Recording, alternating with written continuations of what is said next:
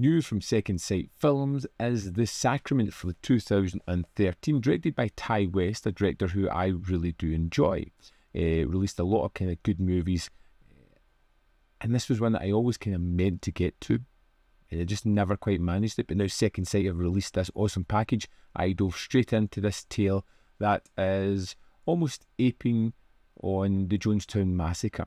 Now this is all about a trio of guys who work for Vice, who, when one of them is telling them about his family situation, reveals that his sister is living with a supposed cult somewhere out there, not really too sure where.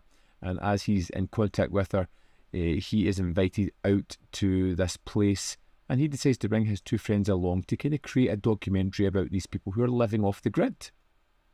They get helicoptered into this place where they have no idea where they are. It is in the middle of nowhere, and they get to see this community as it just lives and breathes.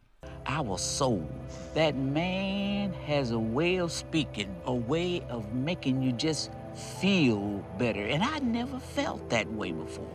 They go into this beautiful scenery where the houses are all kind of sparse. They've got their own kind of little community going on here and hierarchy within it. And as they're there, they start to see two vying factions. They get to see this perfect, rah-rah, everything is wonderful lifestyle of people championing why they left the modern world for this more sedate and more fulfilling community. And then you get the other people who are circumventing the edges of this community, who are acting a little bit wrong, a little bit worried, who seem subjugated within this community. And there is a level of tension, of danger, of the unknown that just bubbles in the underbelly of this one. What's it say?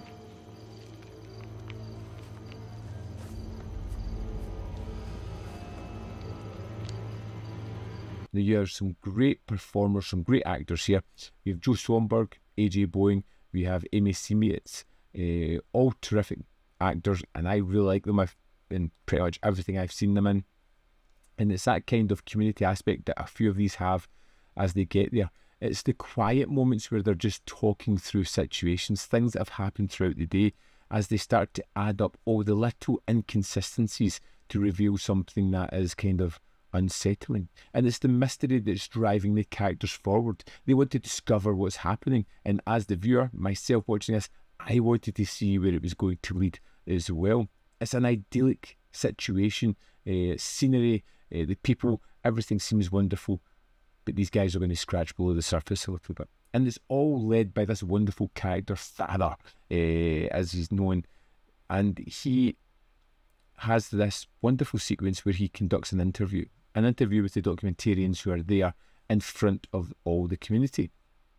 And this is a man who shows that he is incredibly manipulative. He is having little jabs at the interviewers because they've picked up some personal information, putting them on the back foot, really unsettling their interview technique, and taking any question thrown at him and spinning it into something that's just playing to the crowd and winding them up into a fervour. It's a great sequence, and it's also horrific at the same time, how one person can have such control over so many people.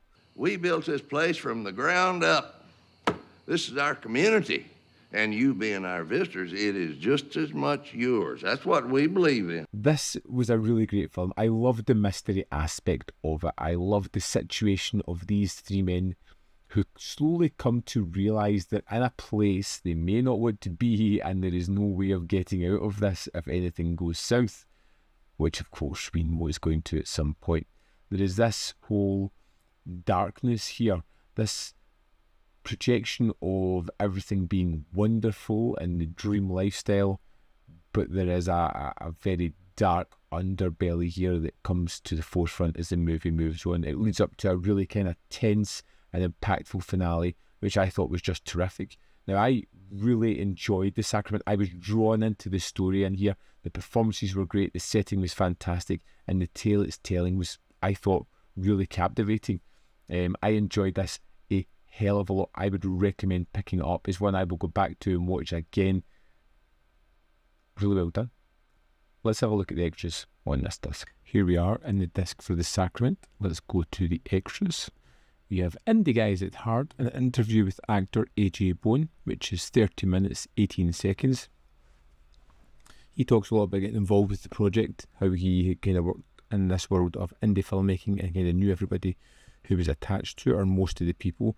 How it's definitely a documentary, not a found footage. It's supposed to be like a Vice video of the time, which I really kind of liked, and the idea of how they filmed this one. We have The Best Pathway, an interview with Joe Swanberg, which is 10 minutes 2 seconds. Again, he's kind of focusing on the indie culture at the time, working with Ty West, why he believes he was on the film and how he thinks of it now. And we have The Ecstatic State, an interview with actor Amy Semietz, which is 40 minutes 47 seconds. She talks a lot about being a filmmaker first and actor second, how she got in with this job role, how she felt she performed, a little bit of the imposter system that she felt while making this. The Itch to Act, an interview with actor Gene Jones, which is 13 minutes 18 seconds, which talks about how he was getting into starring in films at the time, how he got the job role, his thoughts about it, and connections he kind of made on set. Then we have A Wild Ride, interview with producer Peter Falk, which is 25 minutes 25 seconds. He talks about getting into film school, how he was learning how to be a filmmaker, the kind of path he wanted to take. Was it going to be a DP, a director? How he get into producing, the kind of strange production of this and Green Inferno at the same time as well. Then we have a visual essay, Truthiness, Alexandra Heller Nicholas on The Sacrament.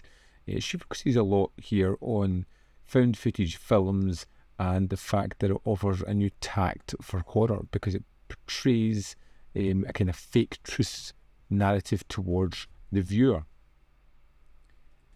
And finally we have We're Not Sinners here, The Making of The Sacrament, which is a 59 minute 3 seconds making of, talking head, lots of footage shot at the time of making this film and people's ideas of what it was going to be like, working on set, creating certain scenes. It's a great extra. Also in this one is 6 collector's art cards and a 70-page booklet with new essays as well. And that's the extras for The Sacrament. There we have it. Another, yes, you know what I'm going to say, amazing package from Second Sight Films yet again. Another one I would recommend, whether it's the limited edition or the standard Blu-ray. It's worth picking up and checking out. I had a great deal of entertainment with The Sacrament. Definitely one I will go back and check out again. But I would love to know your thoughts on this film if you have seen it. So let me know in the comment box below whether you love it, hate it, fall somewhere in the middle. Can't wait to read your comments on this one. As always, there is more content up here. You can see more of my stuff. In the description box below are links to Patreon, membership program, and manvfilm.com. Always in which you can support me. Thanks for watching, and we'll see you next time.